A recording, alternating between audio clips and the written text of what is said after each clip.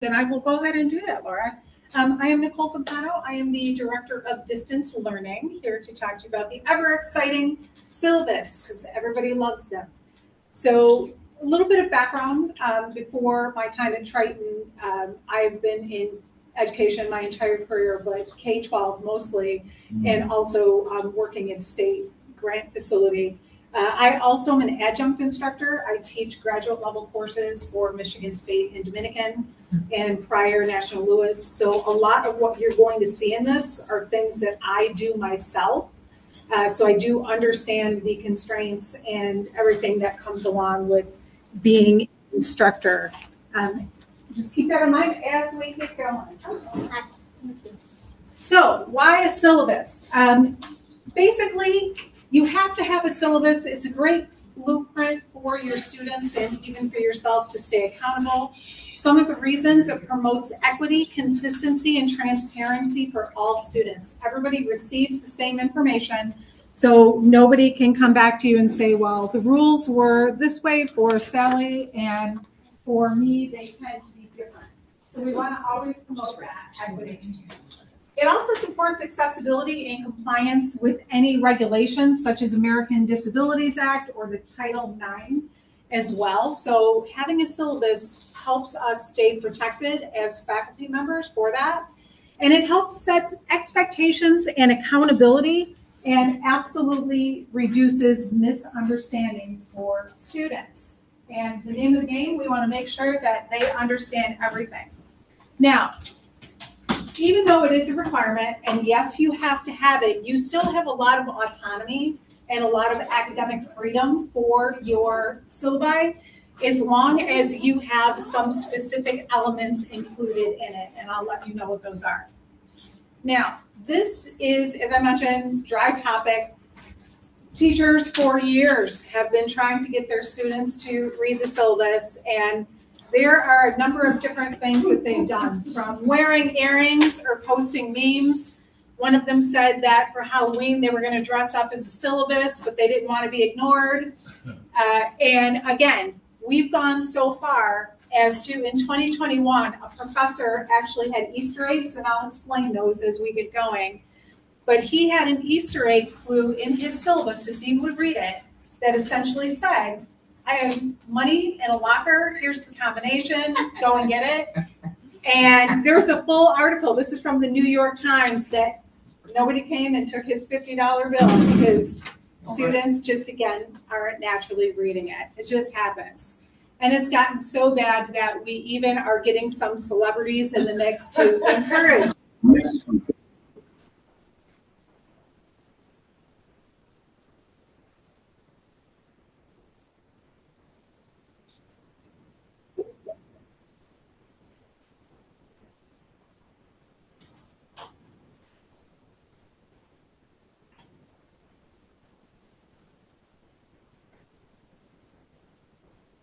We'll do anything we can do to get them to read it. So what we're going to do today is we are going to break this presentation down into 4 different areas. We're going to talk about your requirements in this institution, some ideas for different ways you can present your syllabi to your students, contents, some different things that it can include above the requirements, and then also just some general tips for you.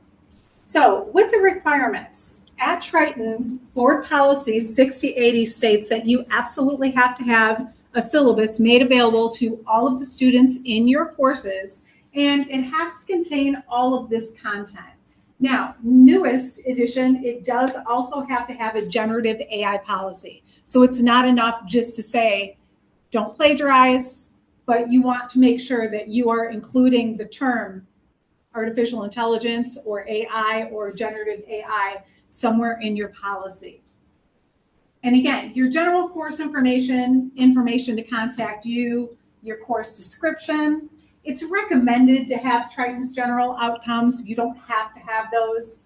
But again, any instructional or technological information students need, their assignments, how they're going to be assessed, expectations, supports, and a topical outline. These are all requirements according to the board policy.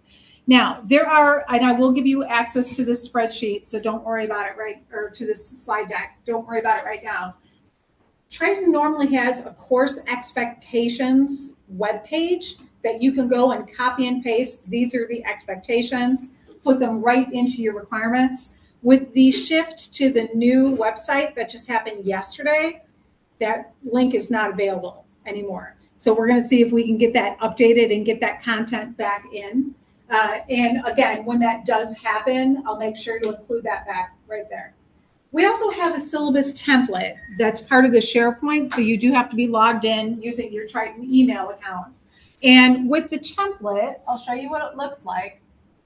You are not required to use this exact template, but again, not everybody wants to build from scratch, and not everybody wants to do, crazy design and such. So if that's the case, you can download this template. It's available on the CTE SharePoint page and also through the link here as well. You can see all of the items here where it says required. Those are all things that you must include. And then finally, the academic support resource page. This, again, also has to be included. It is a requirement. This is also on Triton's SharePoint page where you can just go and copy and paste that. That is put out by the library science department. So those are the requirements. Those are the things that you need to keep in mind as you are developing. This most likely is probably not new content for you. You know this, but again, I just want to make sure everyone is aware of it. So ideas for your syllabus. Again, very dry. If you want to plug in the dates and information to the template, that's certainly fine. But students are not necessarily going to spend some valuable time looking through that document. I will tell you that the ideas that I'm presenting to you, always make sure that you have your official syllabus somewhere. So I'll show you some of the things that I do to supplement, and it gives the students the option of how they want to intake the information. So first off, many instructors include this here. This is a syllabus receipt. This is optional for your official course evaluation, course syllabus. Does anybody use this? I do. A lot of you do. Have you found, does it prevent anything with students? Have you ever had students? They come up, but they have thought about a certain section, and they say, I never signed it, and I can pull out and say, on this date you did, and we went over it, blah, blah, blah. So okay. It helps me a lot. Okay, that's great to hear. Yeah, I don't use anything like this, but again, I should also, preface, I'm teaching graduate students, and don't think that they're all responsible. They're not. However, it's much easier for me at the graduate level to say, you are a graduate student in a graduate course at a major university. This is your responsibility, and it's a little bit of shaming that gets them into reading it. It's a little bit different with kids that are coming right out of high school. Okay, some other ideas. This first one is a liquid syllabus, and a liquid syllabus, this terminology was made famous by Michelle Pacansky-Brock. Basically what a liquid syllabus is it is a public, mobile-friendly iteration of your syllabus. Now, when I say public, that means it should not be password protected. You want to make sure that it is open. I'll show you what one is that I have. Most professors, when they do this, will do it in the form of a website. And again, they make this available before the course begins. Not all students are going to read it, but we all have those students that will read it, and those students that want to get a leg up and an understanding as well. So this is one example of it. This one, and I don't expect you to read these, but again, this one has 5 different pages. To me, that's a lot. So the one that I do for my students is one web page. And this is an example of mine. I refer to it as a visual syllabus. And you can see as it scrolls through, it is an open website. And this open page just has my contact information, the course description, what we're going to talk about, the objectives. They all want to know about the grading and the late policy. They don't necessarily want to know the course objectives. They trust that you're going to get to that. They want to know how they're going to be graded and what their penalty is going to be when they are late and so on. So this is my visual syllabus. I send all of my students a pre-course communication, and this is one of the bullet points. I tell them when we get started in the course, you'll have access to the official syllabi, because I do have that official 16-page syllabus with everything in it, but I make this available ahead of time in the event that they want to get a feel for what the course is going to be about. These are other examples. You can make a visually appealing syllabus, and I do have links for these as well when you receive the slide deck. Some people like to make it in the form of a newsletter. You can see it's broken up. On the left-hand side, they've got your standard, where we're going to be, what's required, here's my contact information, and then they lay out other course details. Other professors like to just have a Q&A with course policies. Again, students want to know the nuts and the bolts starting out. How am I going to be graded? When are things due? Where do I turn it in? What are my penalties? So some professors will actually have a Q&A. This is something else that I've taken to doing in the last few years. Is anyone familiar with Notebook LM? So Notebook LM is an artificial intelligence program, and this one is amazing. This one is part of Google's suite of products. It is free. And basically what you could do with Notebook LM is you upload your own sources. In this case, my own source was my syllabus. I uploaded my syllabus, and then you can create digital assets to help people comprehend your sources. So in this case, I uploaded my course map, which was all the topics we were going to talk about.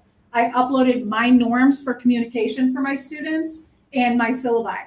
And what this did was this generated, I believe this one was a 12-minute podcast audio file that would tell students about my course. And I'm not going to play the whole thing. I'll play the first 5 or 6, not even. Let's go with the first 3 minutes of it so you can hear what this sounds like. This is all artificial intelligence, but again, it pulled only from the sources that I told it to pull from.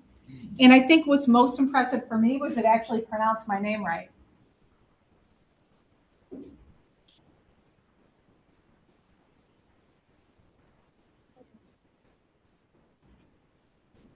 Anybody? Okay.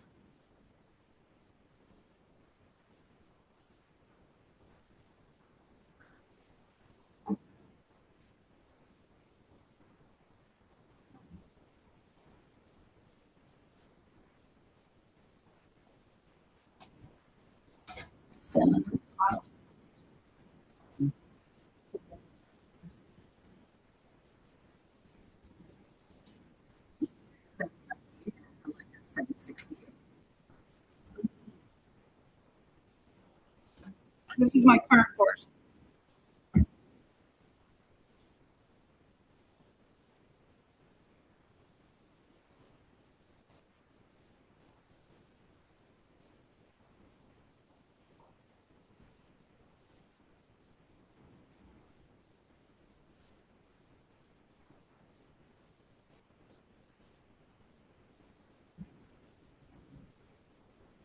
So I'm going to stop it there. It goes on. And what's very interesting as well is there is now an interactive mode that is built in. If I accessed it through the actual program itself, where I can stop the recording and I can ask it a question. And so, for example, and let me see if I can, actually, I can't do it because it's a different Google account. But basically, I can stop it and it will stop the AI recording. And it'll say, oh, wait, there's a question that came in. And if it's something that can be answered, like if I say, what's the late policy? It'll come back and say, that's a great question. The late policy is, and then it'll say, anyway, back to our discussion, and it'll go back into it. Yeah. Now, I attended a conference last summer, and they actually demonstrate that, which is amazing. But I use this for my PowerPoint slides. okay, And it's amazing to hear the same voice. I mean, it's the same everything. Yeah. it is. I know it's the same voice. It's both stunning and terrifying at the same time. Yeah. You know, that it can sound like this and the technology is so good. But what this does for my students is it offers them another modality. So for example, this, again, I send this out at that pre-course communication and say, hey, our course starts a week from now. If you want a preview, you can check out this one-page visual, website, Syllabus. You can listen to this recording. And this way, while they're doing the dishes or they're out on a run or they're driving somewhere else, they can actually just listen and get a preview of what we're going to talk about. It's just a different modality for them to take in information. And again, that is Notebook LM. It's completely free. If you have a Google account, and most of us have at least one Google account, again, you would come in, you would upload your syllabi, and then over in the studio section, you would choose the audio file. Okay, other things that professors do to get the students to read the syllabus. They might have polling questions, or they might have syllabi quizzes. That's also an option that offers a little bit of engagement. You can make these graded. You can make these in Blackboard just a knowledge check, where it's a self-check for them. It's not something that has to be required. Next up, the opportunity to have students annotate your syllabus and help you revise it as you go. This is, and I don't want to say higher level because that's not the right term. This is a more advanced pedagogical strategy, and you have to be extremely comfortable with having your students say, I don't think that this should be in place, or I don't like the way this works. So if that's not where you're at right now, this option probably isn't for you. But if you're somebody that's interested in it, this is a great thing to do because it allows your students to ask clarifying questions. They can share their opinions about readings and assignments. They can note things that are confusing to them.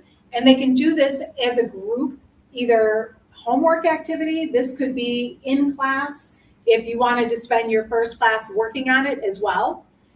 I would definitely say you want to seed your syllabus and you want to give them very specific prompts, such as, hey, you're welcome to go through it, ask questions, share reactions, tell me what's confusing, tell me if there's errors or so on.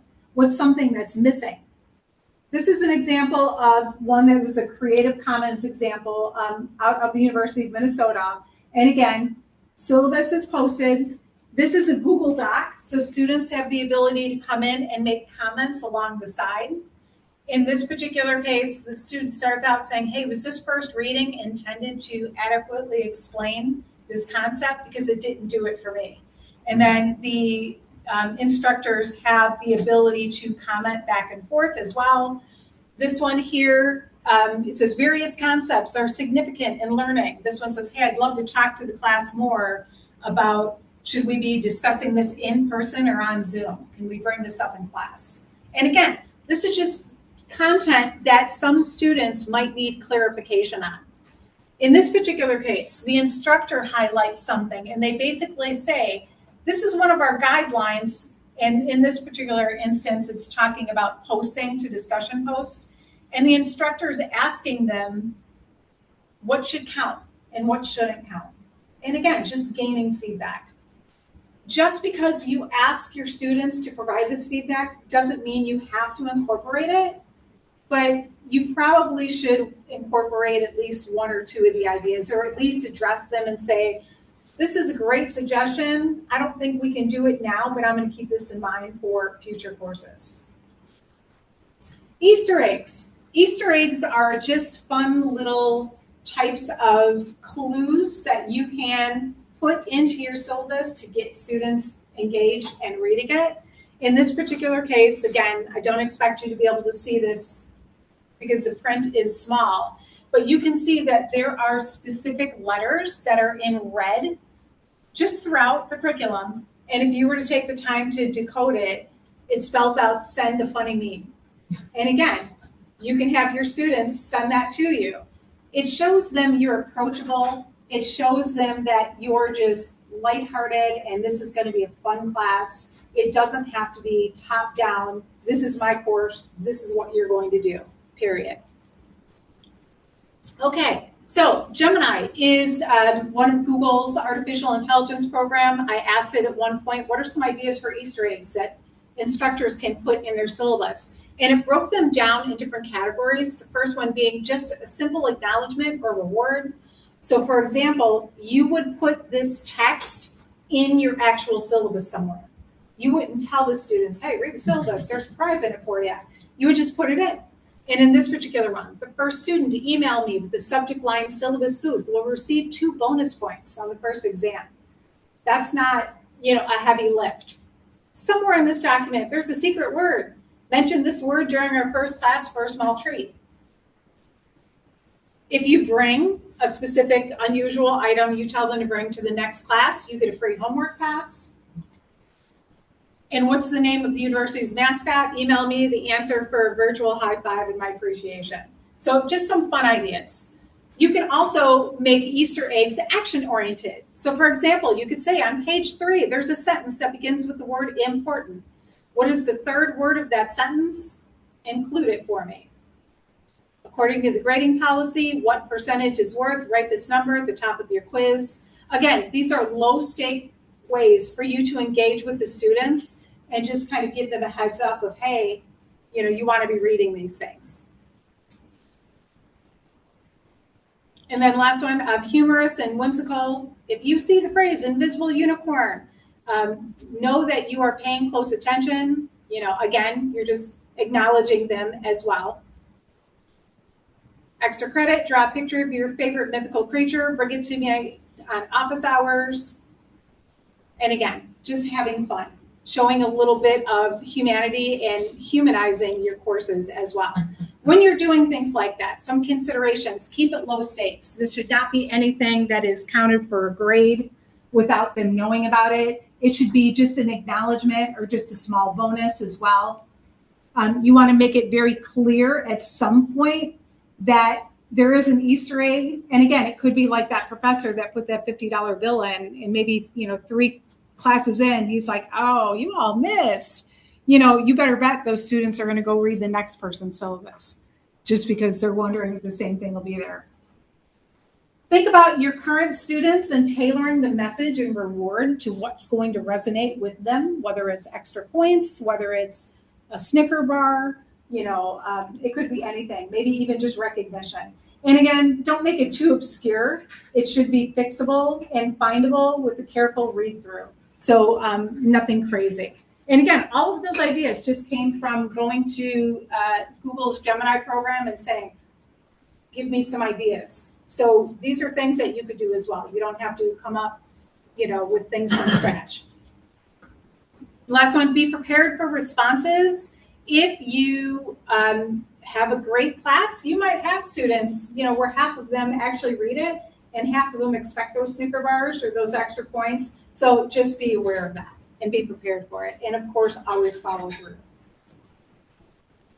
Other ideas for your syllabus. You can create a screencast. So in this particular instance, this instructor is actually walking their students through their course. I'm not going to play it for you, but again, just recorded her screen. And I've done this as well. I do this not for my syllabus. I do it for my online courses. And I include that in that pre-course communication. Basically saying, hey, when you get on, we're going through Canvas. This is what the course is going to look like. Click here to get into the modules and so on. Again, some students need that additional support. Some don't, and they'll never watch it, but that's giving them the decision, taking it out of my hands. And other ideas, you can build your syllabus with your students. You could, again, have those parameters and then allow them to fill in the blanks for you. A scavenger hunt. Again, the visual representations are great, whether it's a concept map, a sketch note. These also can be generated within Notebook LM without you doing anything besides uploading your syllabus. So you wouldn't even have to do anything else. I do that, and I actually include the visual on the top of that pre-course email and also within one of my course announcements, just so that the students have it as well. You can make it a jigsaw activity and have your students in class with you, get in small groups, assign them parts of the syllabus, put it together, come back, report out. In FAQ, we saw an example of that. And then some instructors here like to actually take a module within Blackboard and build out their entire syllabus within Blackboard. Even if they're teaching in-person courses, they're still able to do this. So that students don't necessarily have to go read the entire 20-page document. They can click only on the schedule page if they want to see the calendar and not have to go through everything. Any other ideas that you might have thought of or things that you've done? All right. Well, in the past, I think I have put in the area where my contact information is, and I usually just kind of bury my personal cell phone. I don't put it at the top of the syllabus, but if they have an urgent thing, I'll say, text me with your favorite animal emoticon, and they'll read to extra credit so they can have to. Again, shows you're approachable. I, at one point, stopped giving out my cell phone just because I have students that wouldn't follow, this is for like an emergency if you're going to be late or you need a last minute extension. And, I'd be at work and I'd be getting these, what's the page count on blah, blah, blah. And I tell them that's not what this is for. But if you do take it out, you just have to make sure you're uber responsive, and I'm catching things quick. But that's a great idea. I hadn't thought of that one. I like that the emoticon please. Yeah. It shows you're approachable, and that's the name of the game. Okay, contents, different things that beyond those requirements you can have within your syllabus. This is a big one. The tone is everything in the language. You want to make sure that you're using learner-centered vocabulary and phrases when you are creating. There's been research that actually indicates it positively impacts the perception of you. Just the language within your syllabus. It tells students whether you're approachable. It can affect whether they're going to reach out to you for support. It can lead to higher motivation and engagement, specific focus on the learner's needs and experiences. And the main part about it is it doesn't focus on the what not to do. I do have a resource that you can pull up later. This was a Creative Commons one from Penn State that'll just go more in depth if you need some more examples of that. But again, I can't state it enough. The tone within your syllabus means everything to your students. So take a look at this prompt and tell me if you think this is a positive tone or a negative tone. In phrases, if you need to contact me outside of office hours, you may email me, call my office, or contact the department and leave a message. A yay or a nay for positive? Nay. And this is why, because you look at this and you're like, this, what? What's wrong with this? This is what a learner-centered tone would sound like. I welcome you to contact me outside of class and student hours. You may email me, call my office, or contact the department and leave a message, even if you don't mean it. All right, let's do another one. I'm sorry, can I ask a question? Yeah. So we've got a lot of our handbook that is put into the syllabus. I'm wondering if that's a rule that we have to do that, or can we just refer to it? Because it's not something that's coming up on what I would say is the template, for Right. it. So it's kind of negative. The handbook is very don't do this, don't do that. Right. So when we put it in the syllabus, it really drags the tone down. That makes a lot of sense. That's a question for your department chair because the individual. Oh, all right. Then that's a question for your dean, which I know put an asterisk on that right now. Yeah. But again, if you feel like it's negatively impacting the tone, it could be that you are linking to it and saying, we do expect that you're going to go through this handbook, or you do some of the Easter egg-ish things for the handbook as well. Yeah. Thank you. Yep. All right, next one. You should attend every class, but extenuating circumstances arise that may make this difficult. If you cannot attend class, please let me know. If you miss 3 or more classes during the semester, you may be overextended and should drop the class per university attendance policy. Positive, negative? Oh, you guys were good. Look at that, that's positive. Okay, and again, actually, wait a minute. Was this? Oh, no, this is a new one. No, you should attend every class. It's the same one, right? Yes. Yeah. Yeah, so it's positively stated. That one is a tricky one though, right? Because it's the you should. This is what it would look like as a negative. I expect you to attend every class. If you cannot, please let me know. Or it's saying, I will drop you from the class. So that's what distinguishes that from, you might be overextended and should drop the class to, I'm going to drop you if you I miss. still don't like the you should. I don't know. Because you could say, attendance at every class is expected without. And you could say like refer to your, These are handbook for the university policy instead of saying you're gonna be dropped, like, and or you might be overextended. You don't know if they're overextended or not. That's really assuming that about them. Right. Yeah, it is. Count your days. It is. But their point is that changing the language from I will drop you to, I acknowledge you might be overwhelmed. I'm going to show you another example related to that might make a little bit more sense. And it's a section that comes outside of the policy statements. We'll see if that makes sense. Okay, a couple more. For most students, exams can take approximately 45 minutes to complete, but you will have the full class meeting time. Now nobody's put their hands up. Sure, I'm not going to. This one's not good. And this is what it would look like if it's more learner-centered. For most students, exams will take approximately 45 minutes. Please take your time and remember that you will have the full class meeting time.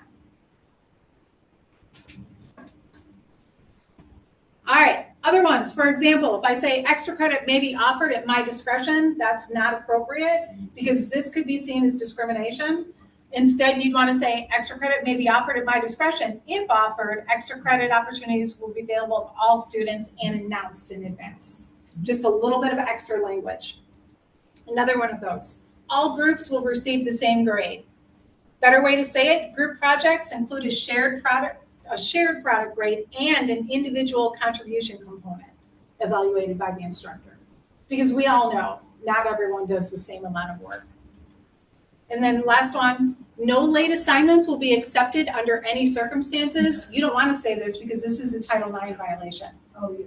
Yeah, so you can get busted for that one. Again, you could say late work is not accepted unless prior arrangements are made or the student has an approved accommodation or documented extenuating circumstance in accordance. I have a student this semester, a graduate student, that has an accommodation letter, and in the letter it says, may need extended time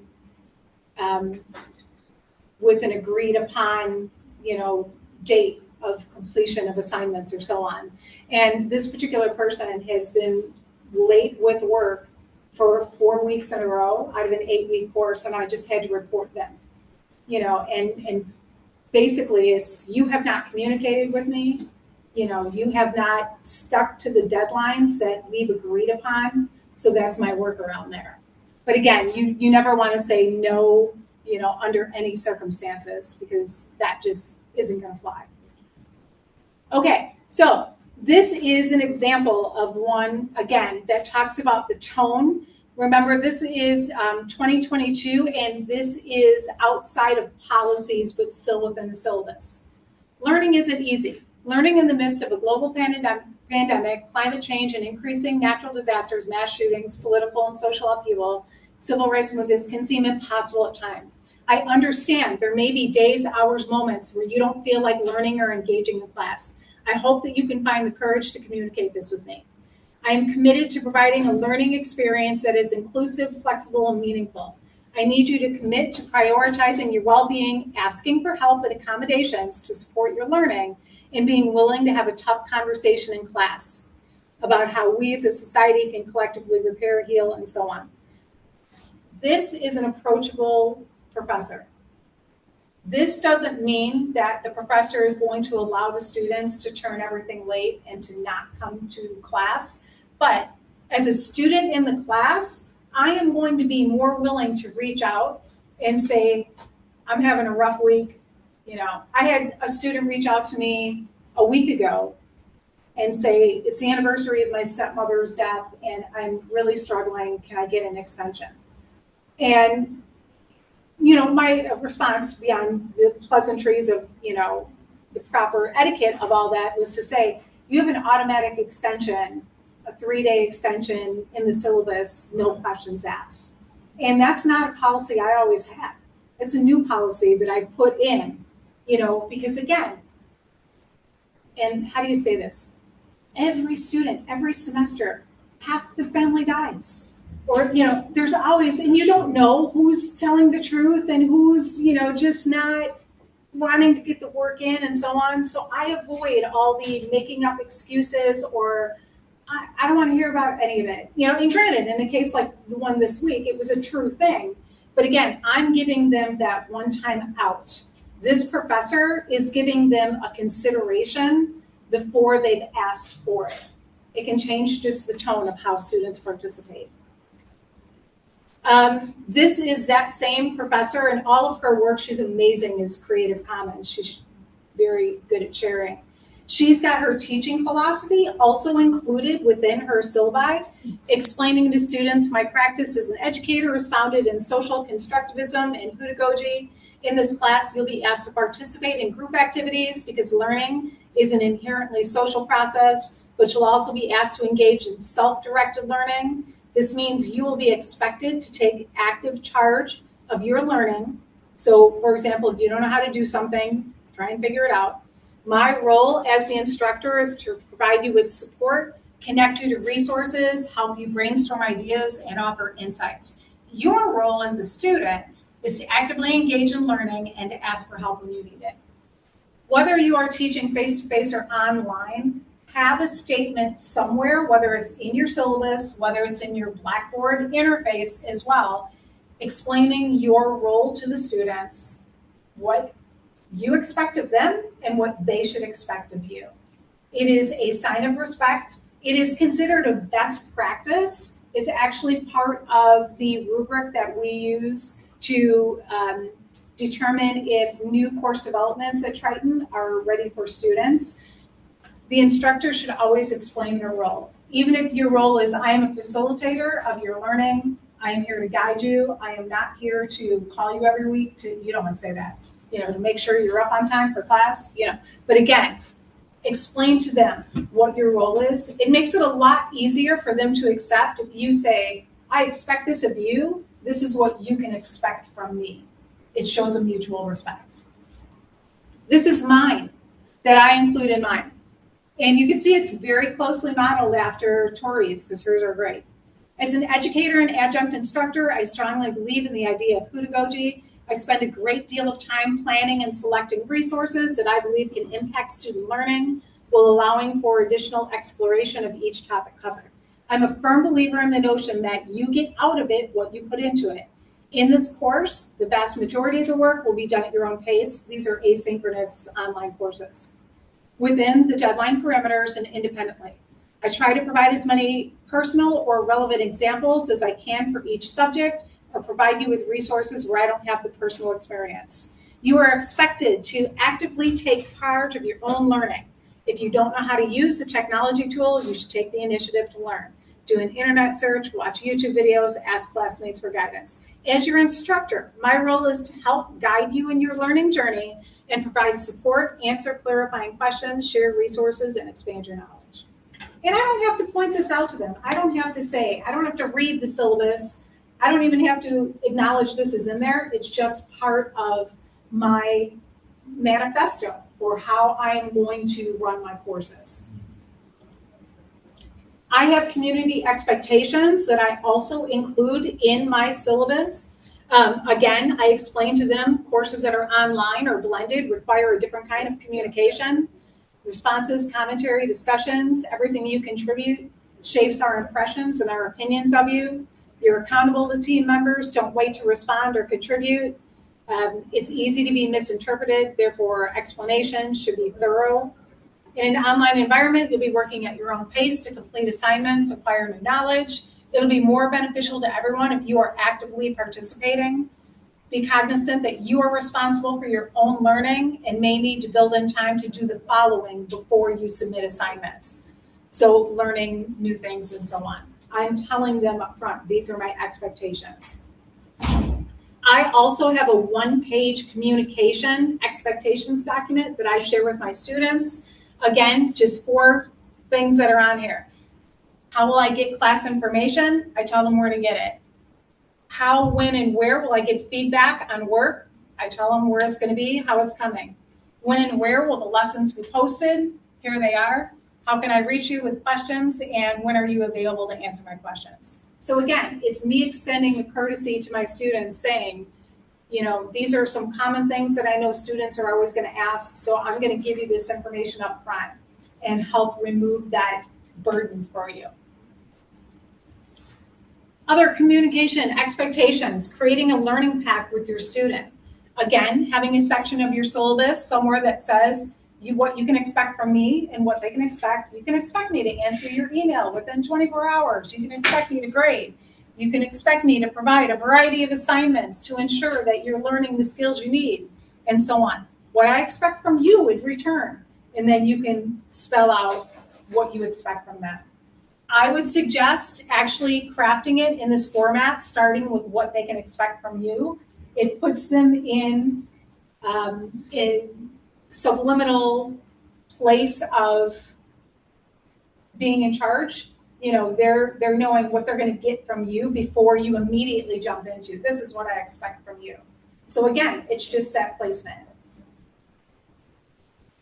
Other things I include in my syllabus, a section on how to be successful in the class. I'm not going to read them all to you. When you get the slide deck, you can read through them. But again, these are just things that I'm doing to help them become successful. This also comes from that professor, Tori Trust.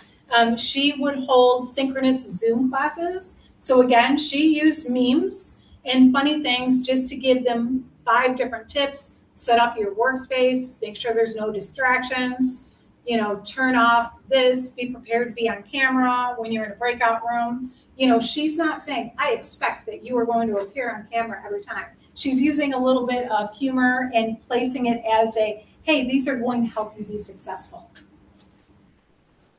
I also include in mine, and again, she does as well, employability skills. So explaining to my students, as you learn new ideas, in this case, my course is on social media and emerging technologies, there will be several other soft skills that will benefit you in this course. Examples, self-directed learning, technology competency, multimedia design, problem solving, time management, communication, creativity, planning and organizing, teamwork, leadership, and social influence.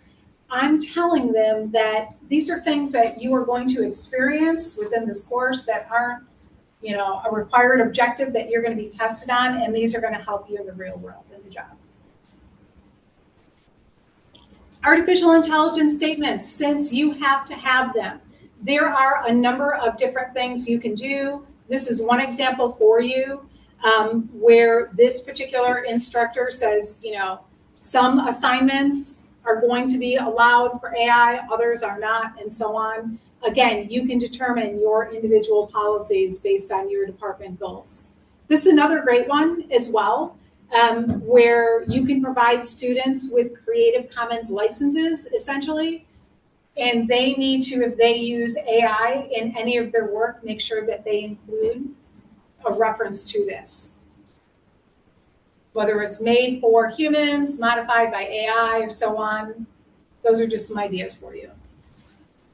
This I'm not going to show you. This is just a short video. Many institutions use Google. We, unfortunately, use Outlook and Microsoft 360, 365. But this is an extension for people that use Google, and having this extension allows professors to put individual guidelines on each individual assignment. So you can give that if you need it. Any ideas? Any other ideas? Are there anything, is there anything that you include in your syllabus beyond the expectations? Well, we have to do the receipts in our department, that they have to acknowledge that they read the syllabus and they understand the syllabus in its entirety, but I think it's just goes through the motion type thing, because it's with every class. Right. I mean, maybe you all have to do that. Have you come success in that? Do departments determine that, or is it individual instructors? The department, my department, behavioral sciences, it's part of the master syllabus. Okay. The expectation is that you provide it. Yeah. we've just always had it done that way. So like my syllabus, looking at all this, is the most boring thing ever in the history of syllabus. But I didn't know it could be done any differently. So I thought this was what standardized, this is what it was. I'm a newer chair, I haven't been in chair since January. So I am looking at ways that could be more innovative and more welcoming to students. And you still need that boring, like, text only. However, you can include. Right. So as long as there's a copy of that boring one, Yeah. you can do anything you want to try and get them to really engage and read. As long as you have the Triton requirements included. Okay. Yeah. All right. Last portion, tips. We're going to talk about tips. As a reminder for you, 76% of our students are part-time students. They have other commitments. So while they might not read the traditional 20-page syllabus, there might be a reason why. This is just always something for you to keep in mind. Also, a great tip is to design for mobile because, again, students are accessing content on their mobile devices. This is the big push for the visual syllabus or the liquid syllabus, where if you send them that one-page website, that's what you want it to be, or an infographic, they can access it on their phone and they can flip through it that way as well. Make sure that you are designing with a UDL-focused framework, so understanding by design, or I'm sorry, universal design for learning, wrong one. I included, was on this next slide for you. This is a UDL, so creating for all students. I would suggest to you, don't even bother looking at the traditional syllabus, go right all over to the exemplary and try and live by that. This will make it so that your syllabus is designed for all students. Other things, signal, segment, and chunk related content together. So this is an example of my current syllabus. My official syllabus is I have it in a Google Doc and I have different tabs for the School of Education Framework, course description and outcome, proficiencies, course structure, philosophy, course community expectations, communications, statement on academic honesty, course evaluation, student support. So again, this is another example of if you wanted to, in your Blackboard shell, create a separate page for different sections. Put the most important information at the top if you can. And again, all of those Triton requirements, as long as they're there, they don't have to be in a specific order. Always try and send it out a week before the course begins. Don't assume that they're going to read it, but even if you have one student that reads it, that's one student that you've helped prepare before they walk in the door. Keep mentioning it. So again, you don't want to spend the entire first class talking only about your syllabus. Even if you're going to do, say, an annotated activity with them together, that's only part of it. And then maybe 2 or 3 classes later, somehow you mention the syllabus again. You know, hey, remember in the syllabus, I talked about employability skills. This week, we're going to focus on our collaboration skill. And again, just reminding them that it's there. Anything else you can think of for yourself? A question for your face-to-face class, do you distribute copies to every student? No. And again, that's just a personal. So you walk through online and show Mhm. where it's located? Okay, Yep. that's good. Yep. All right. So other resources. I'm not going to take you through all of these, but again, there's a number of different things here. A survey for you, a self-survey to think about if your syllabi are inclusive. If you wanted to create an infographic, there's a resource there. Other syllabus templates. I'll show you what some of these are, just so you have a general idea. Again, you know, making things a little bit more visual for your students. What else? A checklist for you to think about with accessible syllabi. This is an entire website about having a visual syllabus. You can check that out. And again, some other statement ideas and other resources for you that if you want to learn anything more, you can check those out. And with that, that's all I have for you. You are 10 minutes early. So. Can I get asset? The last thing you showed there? Which one? You know, the last one where you said, yeah. Which one? Oh, I'm just in the position in high school. And well, I gotta get to some of my course. I want to do the department syllabus Yeah. because I keep running into short adjuncts. Mhm. And I find myself literally doing face to face on Sundays. Mm. So I need to get this syllabus thing. So is there any way I can book time? Because We have an instructional designer. She can definitely help you Okay. with that. Yeah, Christina Hansen. Christina Hansen. Okay, so I just need to write that down. 'Cause that's why I really came out. I said I gotta get this under control. I'm Yeah, spending too much yeah. time. I mean, my personal time is rough. Yeah. And I would, all of them are talking about the syllabus the whole day on first day of class, but I'm going to learn it today. So you'll be emailing me and stuff, or Yes, Laura will email it. Okay. And yeah, definitely Christina. Reach out to Get with Christina. her and schedule me a day Yeah. so I can create it. I want to do that before fall get here. Yeah, So I yeah. got time.